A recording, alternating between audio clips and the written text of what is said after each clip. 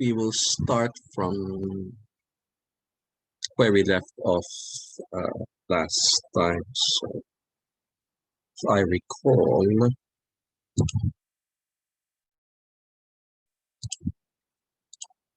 I was discussing with you the financial system during the colonial era for the developing countries in Asia, Africa, and Latin America. And here were some of the characteristics there. That the colonial financial system was integrated the global financial system. What this means is that just a minute.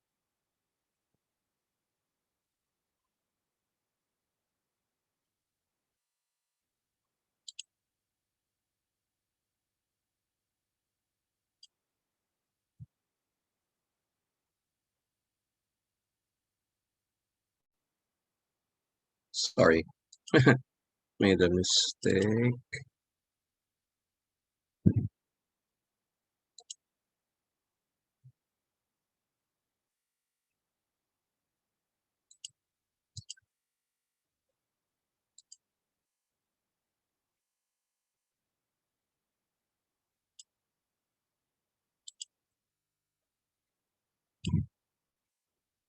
Okay. The integration of the colonial financial system, the global financial system, um, would be illustrated in the following instances. Domestic interest rates reflected domestic demand and supply of loans. But at the same time, the domestic interest rates remain close to the international interest rates. Okay. And foreign exchange loans were generally available, okay? Which is why it was quite easy to make fund transfers across countries, which made it easy for goods and people to move around. Okay? That's why it was quite easy, for example, for Jose Rizal, Juan and Antonio Luna, and the other illustrados studying in Europe to obtain their allowances from here in the Philippines.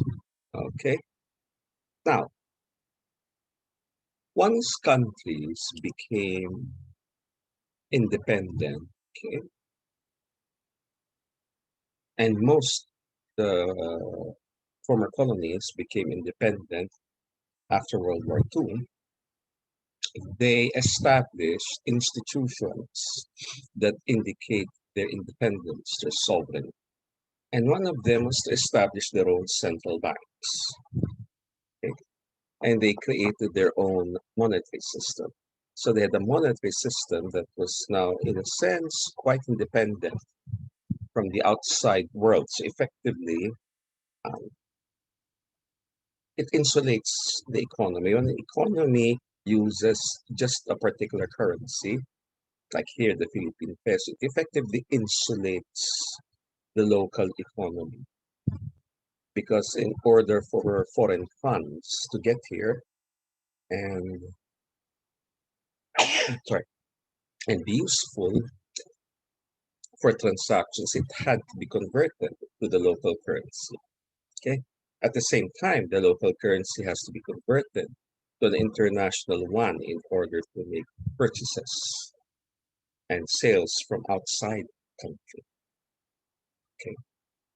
Now, the 1950s is also the time when countries saw industrialization as the means towards attaining economic development. So, to promote domestic industrialization, many countries, including some developed countries, okay, promoted what we call cheap credit.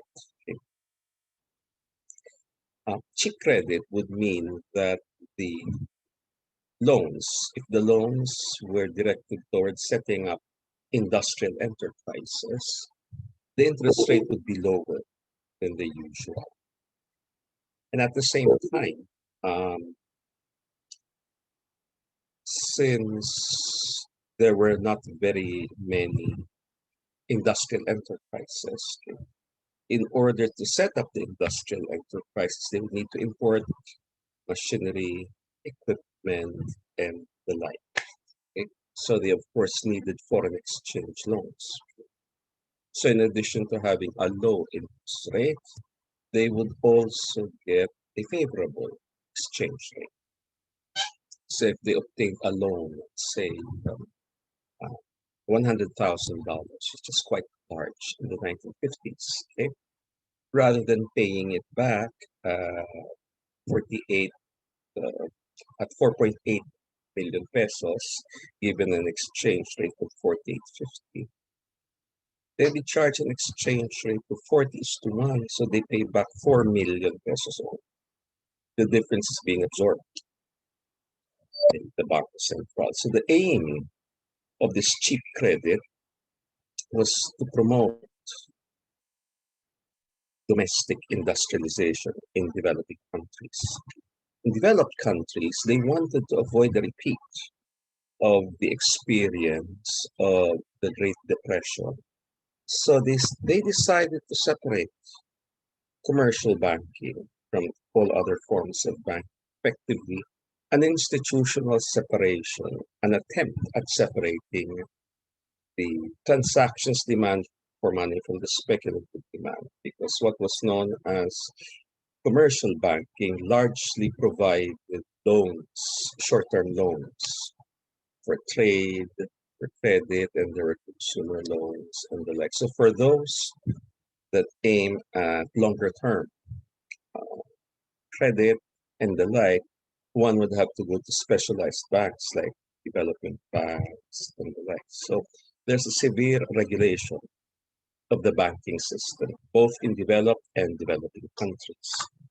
Now, mm, the long-term effects of the cheap credit policy among many developing countries is that a domestic industrial sector and a domestic business class did emerge. Okay, many of the industrial enterprises here in the Philippines began in the 1950s, and many are entrepreneurs that engage in industrial manufacturing and the like did emerge in the 90s.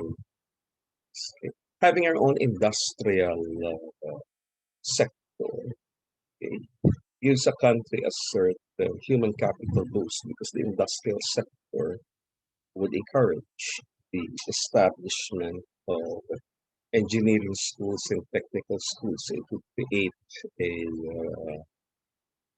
supply of highly qualified engineers and technical people who can find work in industrial enterprises. Okay. But in addition to this salutary effect, the one unintended long-term effect was that savings were diverted towards unproductive outlets. The low interest rate on loans meant a low interest rate on deposits. So a lot of the deposit interest rates could even be negative given the inflation rates going on there. So that for very many savers, they did not put a lot of their savings in the banking system, which therefore put a constraint on the ability of the banking system to create loanable funds. So much of society's savings and surplus went towards unproductive outlets rather than being deposited at the banks to become the basis for an increase in loanable funds. Savings tended to go in things like real estate speculation, jewelry, artwork, and the like. So the ability of the banking system to create more and more loans and loanable funds was severely restricted because of this. And this is the phenomenon called financial repression. Then it also meant the emergence of an informal credit market. Okay? In the formal banking system, they tended to prefer the large borrowers, since given that the interest rate was low, um, and given that the transactions cost is the same for a loan regardless of size, so they'd prefer provide large loans to big borrowers so that they can be assured of payments. So the large enterprises became larger and larger. The small and medium scale enterprises had to rely on other sources of credit and also on retained earnings, which severely therefore restricted the possibilities for expansion. They'd have to go to the informal credit market, and the result is you have a dual industrial sector. You have many large industrial enterprises, but a large number also of small, medium enterprises that could not expand because their access to credit is severely strained. Okay, so under the Washington Consensus of 1987, which is what is correctly called the neoliberal code. Okay. The decision was to promote the capital market liberalization along with trade liberalization. Okay. So in the developed countries, they removed the restriction to those providing commercial bank loans and those providing investment development banks. And from the 1980s onwards here in the Philippines, they began to encourage the establishment of universal banks, banks that would provide um, all the range of banking services, not just short-term credit, but also long-term investments, long-term credit, and the like. The idea is that with greater liberalization of financial system, there'll be more funds available, and one can rely on the rationality of bankers' decisions in order to allocate loans, whether for the short-term loans or the medium-long-term loans and the like. In developing countries, okay, it involved liberalization of interest rates so that interest rates can then better reflect the domestic supply and demand for loans. And in order to make funds more readily available, in order to ensure that interest rates would be close to the international interest rates, the exchange rates were also liberalized. So the liberalization of the foreign exchange markets would mean that it's now the foreign exchange markets that will determine the exchange rate based upon the supply and demand for foreign exchange. And this would also mean the opening up of domestic banking sectors to foreign banks so that there'll be greater entry and exit of banks and greater international competition. So in addition to foreign banks being able to set up operations within the Philippines, Philippine banks also started setting up operations outside the country. So it allowed for a more geographic diversification of risk because now banks can have business activities in many different countries. The idea, therefore, is that this will encourage greater stability among banks and banking institutions because now they have a greater geographic diversification since they have banking operations in many different countries. Okay. Now, the liberalization of the banking system globally happened just a few years before internet technology was developed.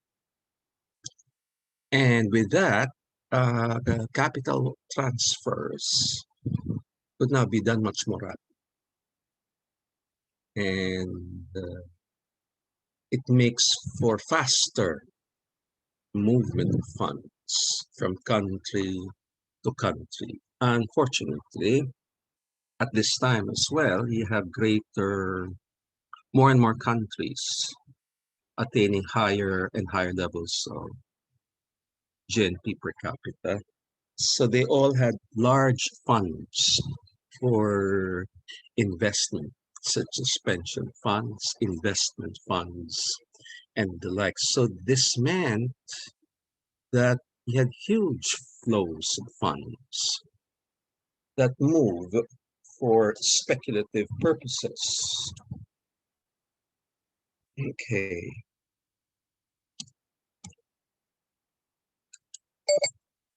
Where before one of the issues was foreign investment, nowadays you differentiate between foreign direct investment and foreign portfolio investment. Foreign direct investment is directed towards the establishment of a business by a foreign entity in a certain country. And foreign direct investment is regarded to be more or less stable because the investment is placed here. It will stay here for quite some time until it's able to recover the investment costs. And of course, it creates domestic jobs and the like. In contrast, foreign portfolio investment is only aimed at the purchase of financial assets. So foreign funds purchasing local bonds, commercial papers, and stocks in the local market, and possibly also real estate investments. Okay. The purpose of foreign portfolio investment is just really to speculate on future earnings from the foreign assets. They don't necessarily create additional jobs. And the problem with foreign portfolio investment would be that at the slightest hint of some change in the relative yields, it can leave a country. Okay? Or you can have huge flows in a very, very short period of time, which is why there's a problem here of instability in the local financial system. Okay. And there really is no international regulation on foreign capital flows, and they now involve very, very large capital flows. Okay. The thing about foreign portfolio investment is that they can create what are known as asset bubbles. Okay, where you have, say, portfolio investments would flow in, and then these portfolio investments increase the value of domestic portfolio. It increases the value of domestic financial assets. Okay? And this increase in the value of domestic financial assets would increase demand for other assets, which therefore increases the value of other assets, such as real estate and the like. Okay? This increase in the value of portfolio plus the increase in the value of other assets could then mean an increase in luxury consumption. So these types of increases can attract investments in luxury enterprises, as well as investments in real estate construction, where the real estate is not meant to be lived in, but more for purposes of speculation of the people purchasing units in order to sell them later when the price goes up. And of course, you have the expansion of the financial sector. So there'll be increase in employment in the luxury trades, in the financial sector, in construction and real estate management. The unfortunate thing is, which happened in the repeated financial crises since the 1990s, when uh, when there is this sudden outflow of portfolio funds because of the sudden uncertainty about the rates of return. Okay? When a lot of these portfolio investments are removed, then you have the negative effects here. The value portfolio will decrease. You have a decrease in demand for other assets and therefore decrease in value of other assets and a collapse of luxury consumption, which would mean loss of jobs and investment in the luxury consumption industry, real estate construction and management, and the financial sector. And this would create a recession, such as what happened in 2007, 2009. It also did happen in the Asian financial crisis and so on and so forth. Okay? So this is a major issue that would bedevil the international financial system always in the next couple of years, given this huge flow of funds, which are used largely for speculative purposes, and there is no international regulatory authority apart from the cooperation of countries in trying to promote greater stability and greater coordination in policy. Okay, there are many international associations to deal with the banking issues, like Bank for International Settlements, the International Monetary Fund, but there always are huge funds which are not very, very well known, especially since a lot of them get to be placed in what are known as offshore banking centers. Okay. With the suspicion that a lot of the funds here actually come from organized crime. They engage in money laundering. So this will be a recurring feature of the international financial system, and it would cause periodic financial crisis in the global economy. So there have been attempts to try and regulate them, but we will see. Okay. Now, so these are the issues with regards to capital and finance and economic development. Now we'll discuss now trade. Trade and economic development, where trade now involves the movement of goods. The As was discussed in capital and finance, it is capital and finance that made it possible for people and goods to move across borders and therefore to promote international trade. Okay. Trade is seen as playing a huge role in economic development, in that trade encourages investment in firms that can expand their production because they are selling their output not just to the local market but to the international market, which is much larger than the local market. So it is seen as a stimulus to investment, employment, and overall industrial and economic expansion. There have been several theories with regards to trade. An old one is that of the Bedford surplus theory, okay, which was begun during the time of Adam Smith. One of the things that one should learn when one studies economic development is the fact that theories change over time, okay? Which is why one has to be very conscious of the historical development of theories and the like.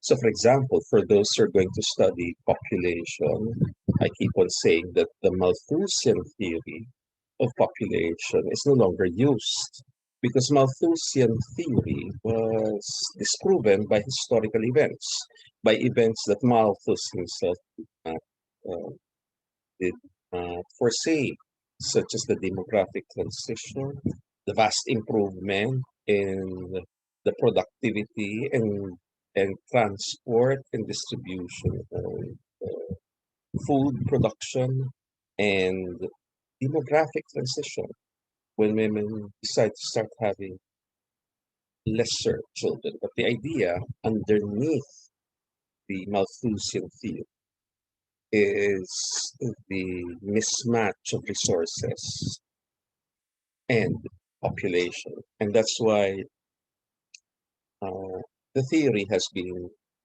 updated.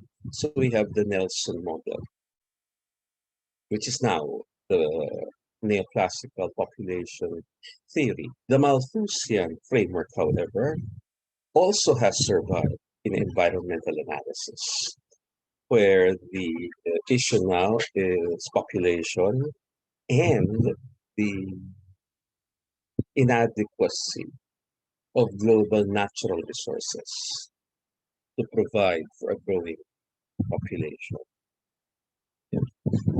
So when you talk about vent for surplus, the idea with the vent for surplus is that a country might have some surplus resources for which there's a demand outside, so they can utilize these surpluses for the production of goods that have a demand elsewhere. Okay? Argentina, for example, is a country with a very low population density. It has very, very wide farmlands, which are very fertile, very productive, the like, which is why Argentina has become the major exporter of beef products, okay, because of its huge surpluses when it comes to land area for pasture, for agriculture, and the like. So it is said that the international trade was the outlet for the utilization of the surplus resources of Argentina. Argentina was the biggest exporter of corned beef, even though they do not know what corned beef is. Corned beef is a British German preparation. There's a market in the UK and Germany for corned beef. So British investors uh, you know, set up farms throughout Argentina and then exporting the processed beef to Argentina to the Western Europe and the United States of America. Okay, so they actually were producing a product that they were not familiar. There's no demand there. Nowadays there is. They learn what it's like, but for a long, long time there's no demand in Argentina for corned beef. They're able to export a lot of it. There's the productivity argument. The argument being that by engaging in large scale production in order to export goods, then the trade is seen as a stimulus to productivity improvements by individual firms. There's monopolistic competition. The idea behind monopolistic competition is that the countries would produce goods which are what you call this goods which are differentiated, okay, so that rather than producing bath soap, okay, You might want to be producing bath soap designed for women, designed for men, designed for young women, as opposed to older women. So there is competition, but you try to monopolize this market segment, young women, the older women, men. So you have different forms of bath soaps. Okay? And when you produce, say, for young women, they're young women all over the world, not just here. So in order to make your production worthwhile, you might as well export it as well. Okay, so with monopolistic competition would mean large scale production. So effectively, you could have a surplus that can be exported. Then there's of course economies of scale. When you engage in large scale production, and the large scale production is brought about by either internal or external economies of scale. Okay, internal economies of scale means one firm increasing its scale of output, scale of operations. Okay, external economies of scale would mean firms in a certain industry locating close to each other, clustering. And so what will happen is that the entire industry expands, even though the individual firms remain small or medium scale, such as those firms that are in the fashion industry and they clustered close together. So the fashion industry of a country can then expand, and the large scale production would involve exportation. Then, of course, there's also comparative advantage, the idea being that countries specialize in producing goods that they would be relatively more efficient at. And those goods that they are not relatively as efficient, they can just import them. Okay. So the traditional countries, the as originally developed by David Ricardo, he used England and Portugal as trading countries where England and Portugal can both produce cloth and wine. When it comes to the production of cloth, okay, um, England has the absolute advantage. It can produce cloth cheaper than Portugal, whereas in the production of wine, Portugal has the absolute advantage so that they can trade. But what if England is able to produce both more cheaply? It has the absolute advantage in both cloth and wine. So there can be no trade. England can produce both cloth and wine more cheaply than Portugal. England cannot export to Portugal because Portugal has nothing to export to pay for the import. So there will be no trade. However, in England, when you think of cloth, okay, cloth is one half the bottle of wine.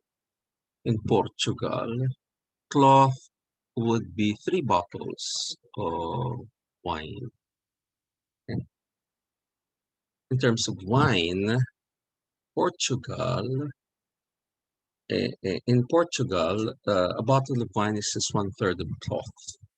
In England, it would be 2 meters of cloth, okay, for a bottle of wine. What this means is that between cloth and wine, England is more efficient in producing cloth. Portugal is more efficient in producing wine. Okay, so they have a comparative advantage. Okay, Portugal is relatively more efficient in the production of wine. England is relatively more efficient in the production of cloth. So if they specialize, England produces and exports cloth. Portugal produces and exports wine. there'll be more cloth and more wine for both countries, and they trade. So the use of opportunity cost pricing here is an update on David Ricardo.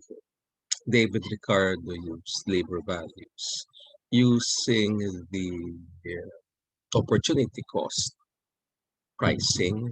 This was done by Haberler in the 1940s, 1930s. Okay, so comparative advantage, therefore, would mean countries specializing in the production of goods that they would be relatively more efficient at. That is what they'll be producing and exporting. All the other goods they can just import. But at the same time, one also have to realize that there's a dynamic element. Countries can attain greater efficiencies over time in the production of certain goods. So the comparative advantage can be created and can change over time. Okay? So it is said that countries like China and countries here in Southeast Asia first had a comparative advantage in the production and export of garments and clothing. Like then later, it's the lower cost countries, India, Bangladesh, that now can produce clothing much more efficiently. China, Southeast Asia now go to high-end fashion or uh, industrial goods, industrial commodities. So there can be a change in countries' comparative advantage over time.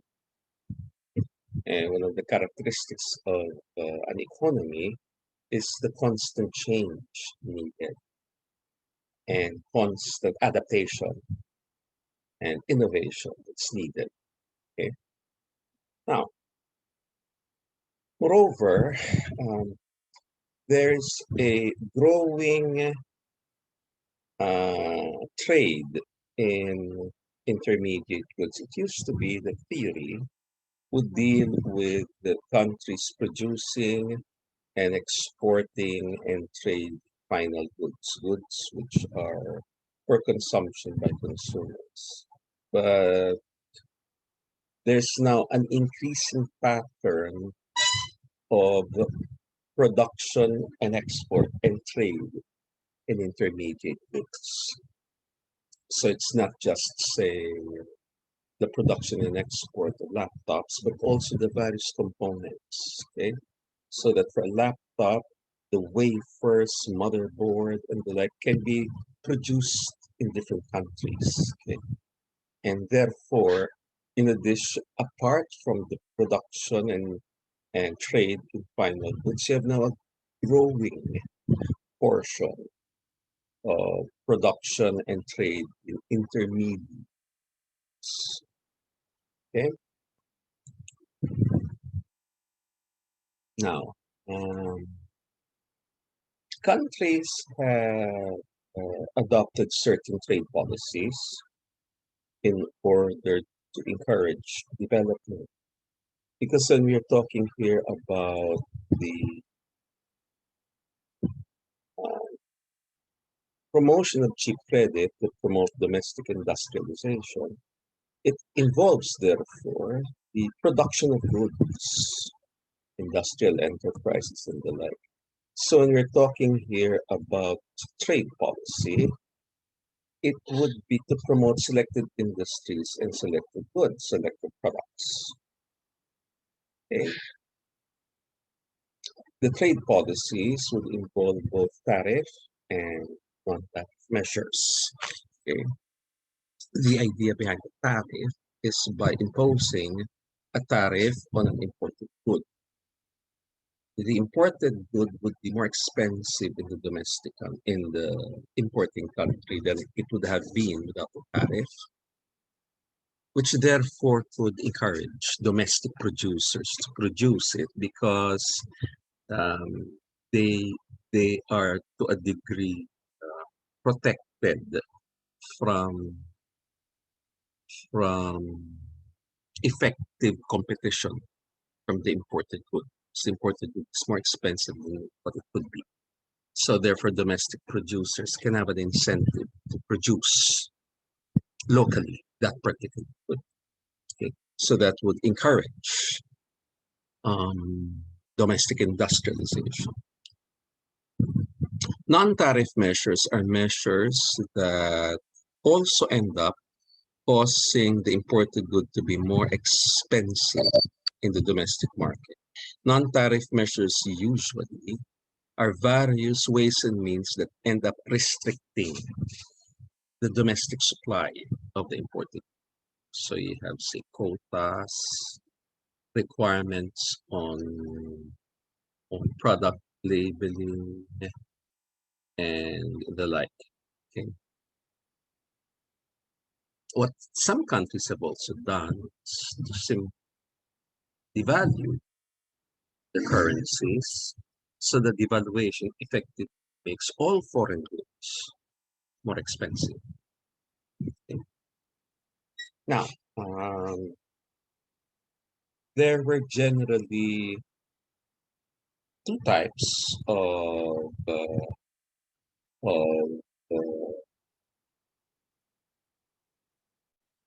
trade policies for industrialization.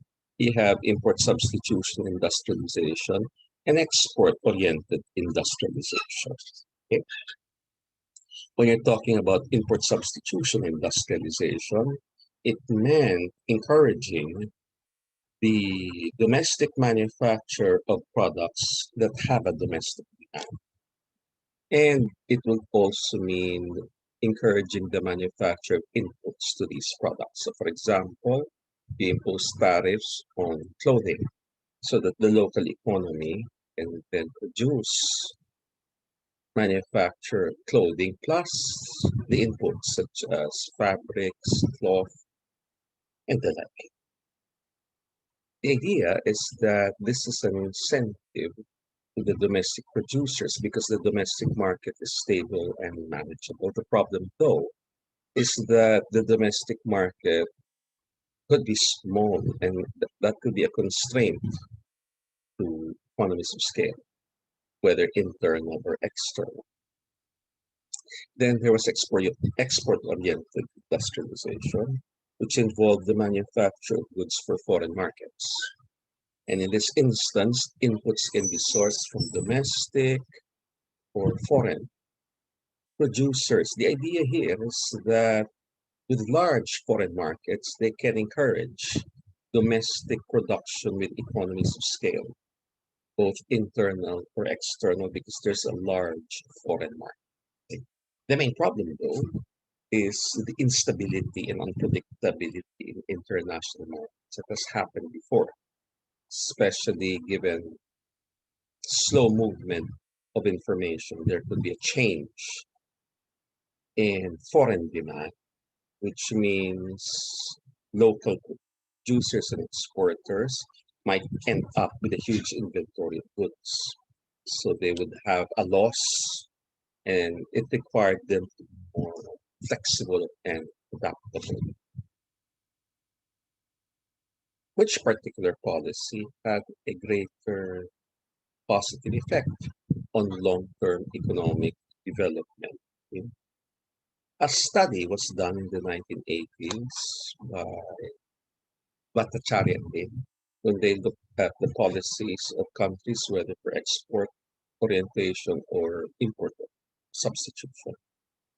And in order to check the success of the policy, the criteria would be to see if the industries contributed to employment, to export production, and to the eventual increase in GDP per capita.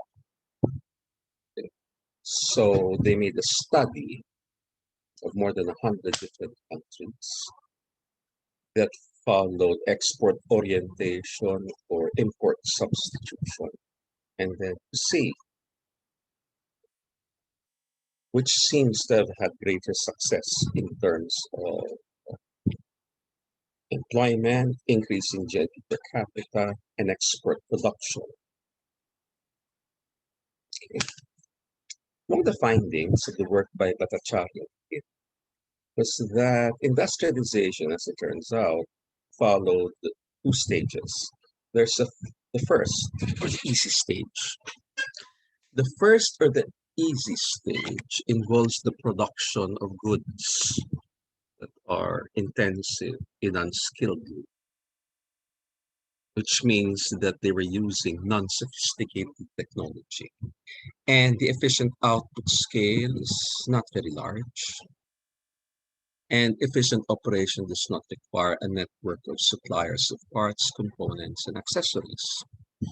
And it is said we're talking here about production of processed food, beverage, garments and clothing, local furniture, and like. Okay? And this first stage would allow for some justification, uh, tariff and or non-tariff protection, because it does not take long for the industries here to attain international competitiveness. Moreover, since it involves enterprises that do not require a very large scale of operation for efficient operations, it encourages entrepreneurship, and also it creates employment, given that it is largely intensive in the utilization of unskilled labor. And efficiency is more easily attained because the efficient operation does not require the network of suppliers of parts, components, and accessories. But on the other hand, when you now get to the second stage, this is the second or the difficult stage, where it now involves the production of industrial goods which are intensive in capital and skilled labor, such as machinery, equipment, and the like. So skilled labor is now necessary, engineers, technical people, because it could be using now more sophisticated technology. And the efficient output scale is very large. You will need a huge industrial enterprise for steel mill, for the production of machinery, equipment, and the like. So the output scale to be efficient is very, very large. So it requires substantial investment, and it's subject to economies of scale. There were two types of economies of scale that were identified. You have horizontal specialization and vertical specialization. So when you talk about horizontal specialization, you have a reduction of product variety.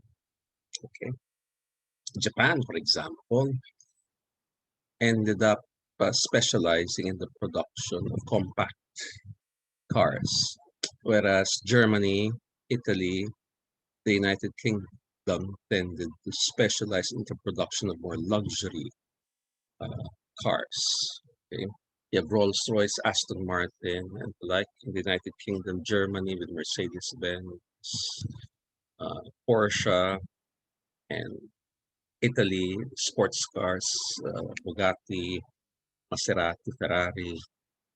Okay, so the countries specialize in the production. Some didn't even bother to engage in the production of vehicles, like Canada. Okay? So that's one. The product variety was reduced. They did not produce, for example, Japan did not produce all kinds of cars. It just specialized in the production of some. And then there's vertical specialization, where vertical specialization now involved the manufacture of standardized parts, components, and accessories. So for the component for the cars manufactured in Japan, which are compact cars and the like, um, there are many different producers of the different parts and components. Okay, yeah, you have Mitsubishi, Nissan, Mazda, the like. Okay, they generally manufacture the chassis, the engines, but the tires, steering wheels, seats, upholstery were manufactured by different firms. Okay? But these parts, components, and accessories can be mass produced because they're all standardized in terms of their specification. So steering wheels are actually interchangeable. So where the tires and the seats and the like. Okay. So much as they specialize in the production of compact cars, they also specialize in the manufacture of standardized parts, components, and accessories. It's the same in Germany, Italy, and in the United Kingdom and Sweden when they were manufacturing Volvo. And as it turns out, it's not so much whether it's export oriented or import substituting, but whether they followed an outward oriented strategy or an inward oriented strategy. Okay, right. So at this stage, I can have a short break. You have a 10-minute break. It's 6:56 p.m. Okay, so I will see you in 10 minutes time. Okay.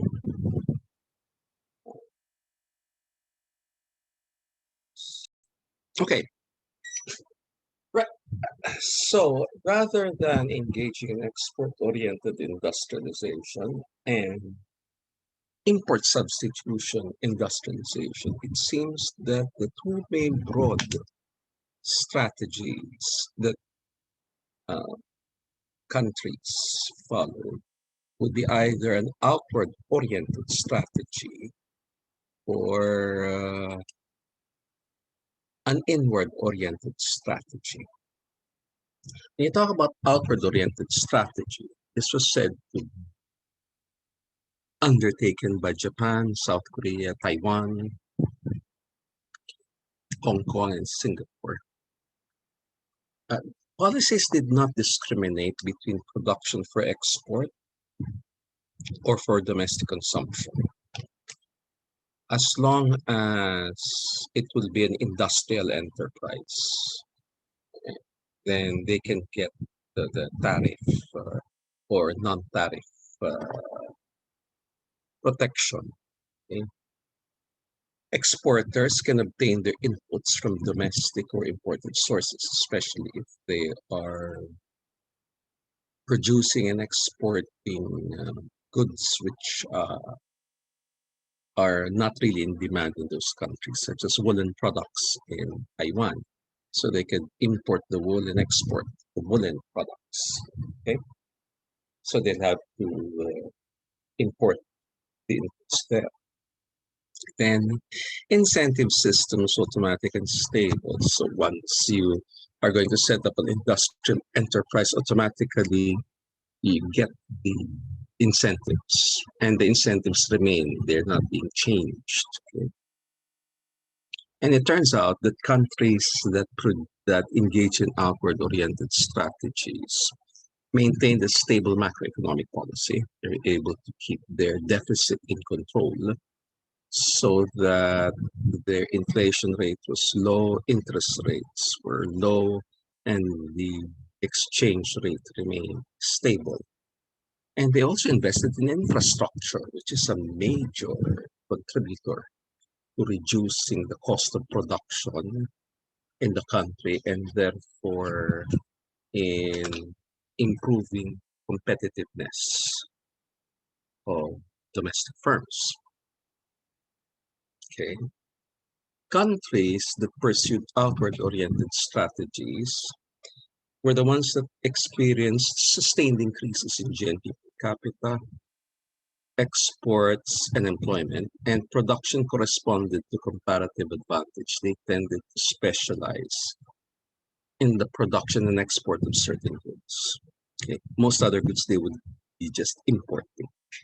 Okay, and since they were regularly engaged in international transactions, they had up-to-date technology in production and in management, marketing processes, and the like.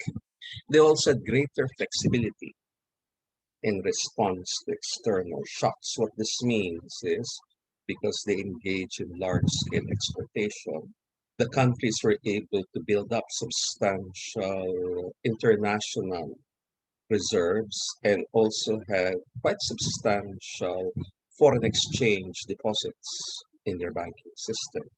So if there's an external shock, like sudden increases in petroleum products or food products that need to be imported, they can more easily manage because they have substantial international reserves and substantial foreign exchange deposits. At the other extreme, most countries are in between. So you have those who outward oriented and then those who are inward oriented. Most countries are in between. Some countries were more outward oriented, some were more inward oriented. Inward oriented strategies were policies that bias production, industrial production for domestic consumption, and inputs were also obtained from the domestic sources. Incentive systems somehow depended on direction of production. So therefore, firms which are producing for the domestic market were the ones that obtained the incentives. But sometimes the incentives can be withdrawn if, let's say, for some reason they ended up exporting part of their output. Okay. And as it turns out, many countries that were inward oriented, okay, had not invested much in infrastructure, so they were not able to encourage lower cost domestic production because of the inadequacy of their infrastructure, and their macroeconomic policies were also problematic. They would be running high levels of deficits, which meant problems with the inflation rate and exchange rates. In inward-oriented countries like the former Soviet bloc countries, for example, also China. China right before China opened up to the global market. The exportable goods could not be really exported because they faced price disadvantages in the international markets. And because their domestic markets were quite small, they never could produce on a large scale. They could never realize economies of scale. And when exposed to international trade, as it turns out, their technology and the industrial structure remained inert or obsolete. Okay? And they were not able to build up substantial international reserves or deposits of foreign exchange. That's why they had difficulty with external shocks, such as sudden spikes in the prices of petroleum products, food, and the like. Okay, so effectively, this would mean that for a successful trade policy to promote industrialization, successful being able to encourage exports, employment, uh, and a steady increase in GNP per capita over time. It, it's the adoption of outward-oriented strategies and the building up of international reserves and deposits of foreign exchange and maintaining a stable macroeconomic policy and investing in infrastructure. All these policies together were the ones that guaranteed a steady increase in exports, employment, um, and steady increase in GNP per capita over time. Okay, now this is our last topic. I think I can finish tonight. So can have our class screenshot later on. Uh, Next week, in case any of you want to consult with me, I'll be available at this hour. You just send me a message and then I can set up the Zoom meeting and post it on Canvas website of our course. The last topic that I'll be discussing now is the role of government in economic development. If you look at all the theories that we've had so far and look at the actual histories of many developing countries, okay, well, one problematic thing about the instruction of many economists, especially NEDA, for example, is so despicable at times, is that they're never really taught economic history. Okay, so oftentimes in the case of NEDA, they'll justify policies by saying it's based on comparative advantage. Basically, it's based upon some theory in economics, where a theory has certain assumptions.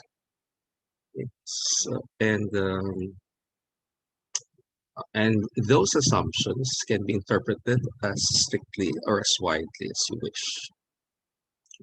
So, for example, NEDA before opposed the policies to encourage the domestic manufacture of buses. And in this, they opposed the importation of second-hand buses and the like, because they said that it's against free trade and the like. But the thing is, if you look carefully at the theory, you can justify that second-hand buses are not the same as brand new buses, which can be manufactured locally. Para rin yung ukay-ukay. Ukay-ukay are not the same as locally produced garments and the like. So when you have inferior products and you allow their entry, they're going to thwart the production of domestic production of goods. And you can use comparative advantage theory to justify either. Okay. One needs to look at economic history, to look at the histories of different countries. And when you look at all the theories that we found, there's a special role for government. And that's why there's a real concern about the issue of governance. Okay. A lot of the theories that we've encountered, put them together, government has very important functions for economies to thrive. Okay, as we discussed before, government is in charge of external defense and the administration of justice and provision of infrastructure. These are the things that speed up the circular flow of money, income, and product. Then, of course, there's social services, whose purpose here is to redistribute incomes in society in order to improve the standard of living of the lower income, even middle income classes, and to promote greater equity and fairness in the distribution of incomes in society. Government also does physical planning, which is very crucial, especially on the level of local governments. Okay, it's in towns and cities where it will be difficult to attain a socially optimal outcome if the markets were decide to make that decision, because market efficiency is premised on the full availability of resources. And in cities and towns, there is one resource that's very scarce, which is space. There's only so much space in any city. in town, which is why an important function of government is physical planning, the decision to where to locate roads, bridges, where to locate infrastructure, like providing space for uh, electric power plants, water treatment, and sewage treatment plants, where to locate communications cables and the like, electric power lines, water pipes, and whether there will be underground transport systems, underground electric power lines, okay? Allocating space for social services for schools, hospitals, and even public parks. Physical planning is a job of government, okay? If it's left to the market, we have suboptimal outcome like what we have in many of our cities here in the Philippines, where life can be very, very brutal for those who live in Metro Manila. But for those with their own cars, it's much, much easier to move around. Okay? And then there's international representation. The importance of government in terms of coordinating with other countries, especially when there's a need for coordination of economic policies, like policies with regards to trade, with international capital flows, formation of regional associations, and the like. And so the issue of governance, therefore, began to be recognized as a very, very important issue in in economic development theory. Okay, and when one talks about governance, usually one wants to address the so-called issue of corruption, which is a very, very loaded term. There is, of course, the argument in Christian thought that all of us human beings are corrupt. Okay, the reason being original sin. For corrupt literally means breaking the heart. So the idea, therefore, is that we're always prone to commit evil and the like because of original sin. But what if, in order to make the analysis of governance and corruption more focused, we could agree on some grounds for definition? If one uses the word corruption to mean the use of public office for private gain, okay, so that narrows it down. Now, if it's done in the private sector, where the private sector resources are being used for private individual gain, such as company resources being used for your own personal benefit, like you can call that fraud. And therefore, a major issue here is corruption, what happens in public offices. Okay?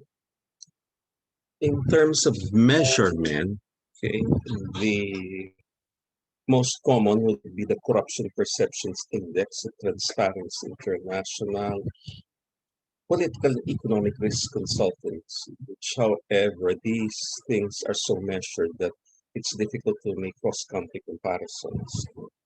Because the Corruption Perceptions Index, for example, involves asking business groups, surveys in a country to rate the level of corruption in their government. Okay? And therefore, there is no cross-country comparison here. You don't have a case of a group of people going from country to country, build up the perception. It's just difficult to compare. So effectively, the Corruption Perceptions Index is a comparison of people's own perception of corruption in their society, not necessarily whether some societies are more corrupt compared to others. Okay? But this is the one available data that we just have to work with. Now, when you not talk of government, one reason why public office can be used for private gain is that government does have some major powers. It is a coercive power. It is the one institution that has the police, that imposes taxation, and that runs the judiciary, which makes decisions in cases of conflict in society, and its decisions are applied to the whole society. It's judicial pronouncements on what is legal, what is admissible, and the like. Now, when we talk of economic development from the structuralist perspective, development is the process by which transactions are monetized over time. So that very often in many countries that rank low on corruption, that is because monetization of transactions is generally legalized. Whereas in countries where corruption is perceived to be high, like the Philippines, the same acts are actually being done here as in the low corruption countries, except that they are illegal here. We have not yet gone as far as recognizing the monetization of all transactions. We declare them illegal, but that is how economic development is. Transactions get priced. So, for example, the uh, the taking of commissions on projects is legal in developed countries. The idea for one to get a commission is if one is able to facilitate, say, a contract or a project, because one knows the principles and the like. And the idea here is that you're able to save time, therefore you're entitled to commission. That is practiced widely in private business and also in private business and government in the low corruption countries. But here in the Philippines, taking a commission on government projects is illegal. Another case of illegality would be, making activities like commercial sex and certain types of gambling be illegal. So they're still being done. Money changes hands, and so people think it's corrupt. Whereas in other countries, they have legalized so many forms of commercial sex, gambling. Like all that matters is that these activities register and follow rules and pay their taxes. So what we're saying, therefore, here is that monetization of transactions will happen and has been happening, especially in the process of economic development. So the more of them that are legalized and would therefore mean the imposition of tax, then it would be regarded as not corrupt practices, unlike, say, if they remain illegal and yet they're being done. And oftentimes, if they're illegal and they're still being done, then you would always invite additional nefarious practices, such as a sex trafficking, in the case of commercial sex, and like, okay. So generally speaking, the more transactions are monetized and the more transactions are declared legal, okay, then the lower the perception of corruption in the country. To explain corruption, there's the so-called principal agent theory. The idea in the principal agent theory is that there's a principal and there's an agent. The principal is the one making the major decisions, and the agents are the ones who are supposed to implement it. And it is said that corrupt practices can happen with the actions of the agent, especially in a large organization, the principals cannot adequately monitor all activities of their agents, so that agents would end up being the ones practicing some form of corruption. Okay. The theory does argue the incentives do work, such as providing substantial pay and office resources to agents so that agents will have the incentive to follow the rules rather than taking advantage of some of these resources for their own personal. So some final points here would be this. A bribe by itself is not really regarded as a corrupt practice. What is problematic is uncertainty. It is said that if you bribe a person and results happen, then the bribe is not seen as a corrupt activity. It's seen as just an additional form of tax, like a tip. Like real problems arise when you pay the bribe, and yet doesn't happen. Nothing happens, and you have to pay additional bribes and bribes. So therefore, the bribe becomes a factor of uncertainty, and that is considered corrupt because the bribe does not seem to provide the necessary action that one is expecting from actually providing payment to facilitate whatever that is that one is. So, which is why when bribe provides certainty in the delivery of whatever it is one is hoping for, that is not considered corrupt in many cases.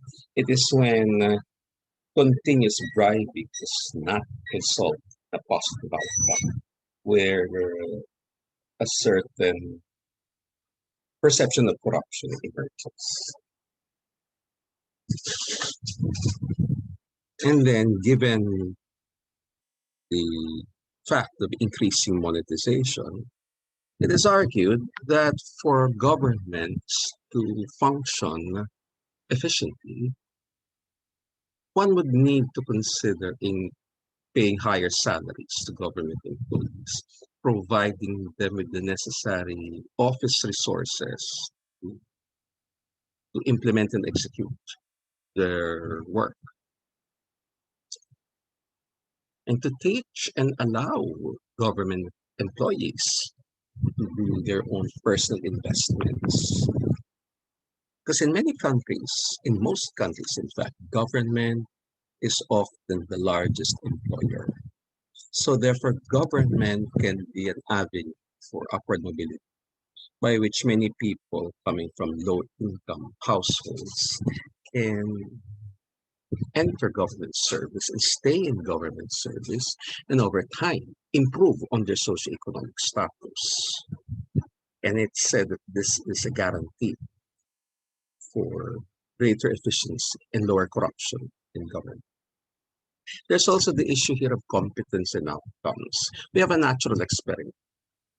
You have Indonesia, which had the same president from 1965 to 1998 under President Suharto.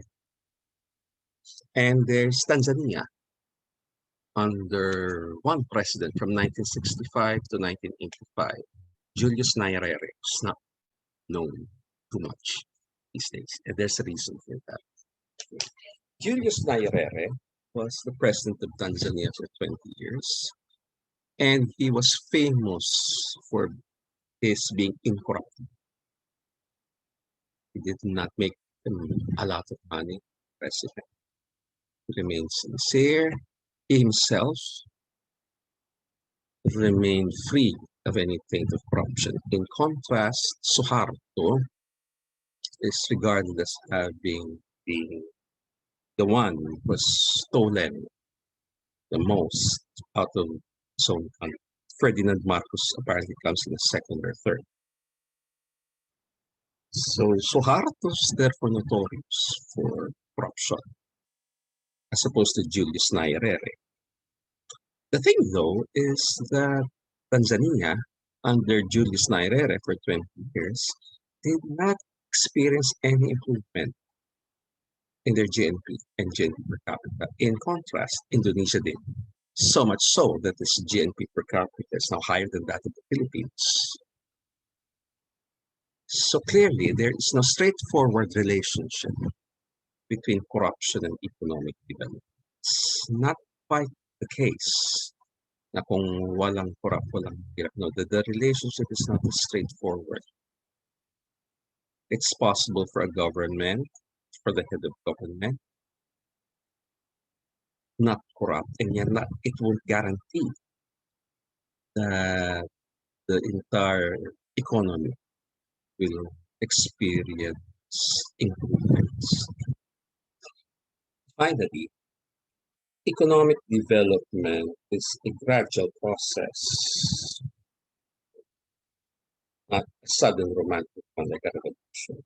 So therefore, economic progress, economic development is a process of evolution. It's very gradual. And like, which means that the issue of efficiency, effectiveness of government to make it less corrupt can be done, but can be done slowly, gradually. And it won't happen through sudden changes like a revolution.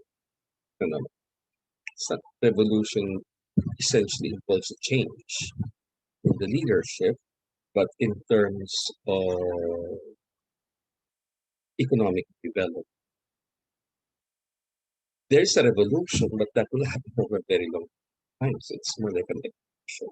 By revolution, one means major changes in economy. All right, so I guess I've completed my lectures for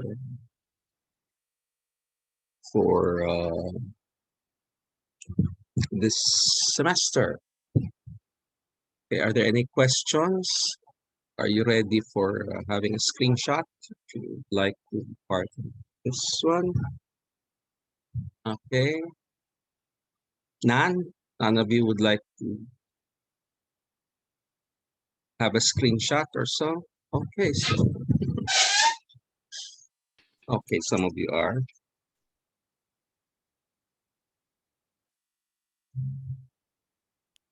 I'll be posting copy of this in our Canvas. Okay. Okay, ready? Oh, good, everyone's there. So, 1, 2, 3. Okay, screenshot save, and another one. All right, done. Thank you very much. Your examination will proceed as scheduled sometime, I think, Wednesday in June. Okay, the first week of June. Okay. And the deadline for the paper, if you would like to have an incomplete, is I think April 29th of 2022. Okay, but you can submit earlier. Now, next week, let's put it this way. If some of you want to meet with me for consultation, like I can set up a Zoom meeting at this hour, since this is our class hour. Okay. So any questions or comments as of now? Okay, so yes, Sorry po. yes, Just Mr. a Mora. quick, Yes, just a quick Mark. question lang po. Yes. For those who would choose to submit later after the semester ends, would it be okay to consult with you afterwards? Yes, of course. It would be. Okay, yeah. that's great. Thank you po, sir. My pleasure. Thank you. Okay, any more? Okay, so thank you very much for your patience this semester. I hope you all right.